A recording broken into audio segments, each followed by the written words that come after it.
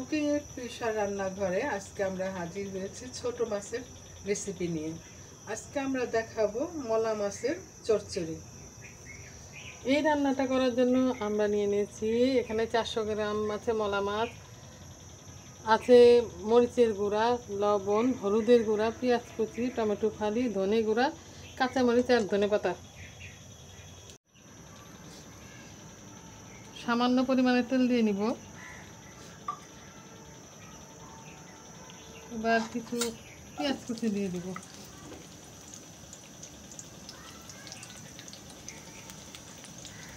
সবগুলো পেঁয়াজ লাগবে না।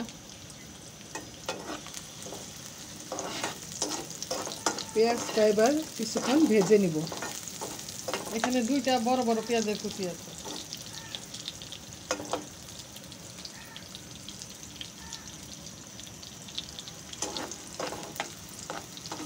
পরিমাণ মতো লবণটা দিয়ে দিব।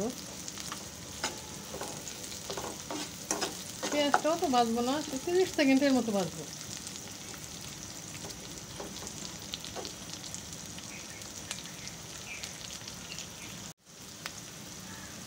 এখানে 2টা টমেটো কুচি আছে।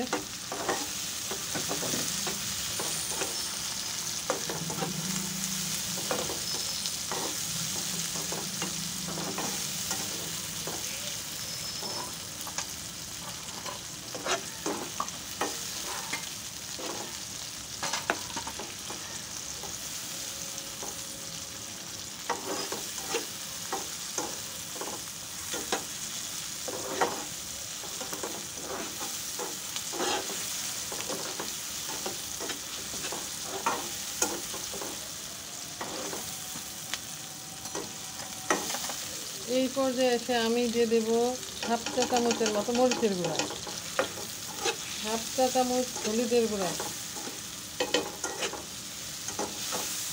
হাফ চা চামচের থেকে একটু বেশি ধনিয়ার গুঁড়া। কষানোর জন্য অল্প একটু পানি দিব, সামান্য একটু পানি। এই পানিটা শুকিয়ে নিতে হবে, আর টমেটো তখন নরম হয়ে যাবে। তখন আমি মাছটা কীভাবে মাখিয়ে দিই তখন দেখাই দিব। টমেটোটা কষানো হয়ে গেছে, এবার আমি কাঁচা মরিচ আর ধনেপাতার সাথে মাছটা মাখায় নিব। আমি কিন্তু রান্নাতে এক ফোঁটাও পানি ব্যবহার করব না, আলতো করে মাখাতে হবে, না তো মাছ ছোটো মাছ তো।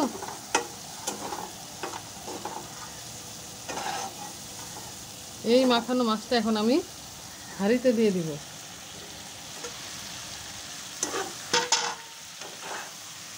আস্তে করে মিশাতে হবে, আলতো করে মিশিয়ে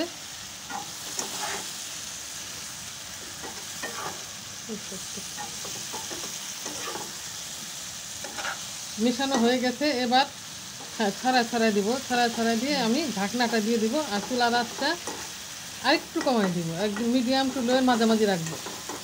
ঢাকনা দিতে হবে।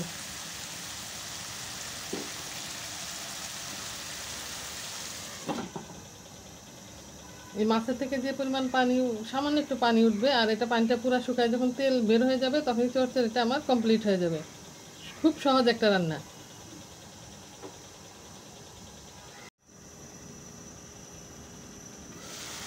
এই তো মাত্র 4 মিনিটে আমার মলা মাছের চচ্চড়ি কিন্তু কমপ্লিট, রান্না কমপ্লিট। এই যে হয়ে গেছে মলা মাছের চচ্চড়ি। তাহলে আমরা এখন চুলাটা বন্ধ করে দিব, আমার রান্না কমপ্লিট হয়ে গেছে।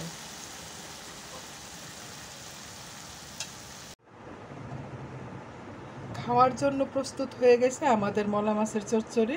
এটা খুবই সহজ একটা রেসিপি, এটা গরম ভাতের সাথে খেতে খুবই ভালো লাগবে।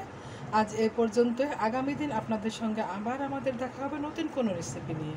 আল্লাহ আল্লাহ হাফেজ। হাফেজ।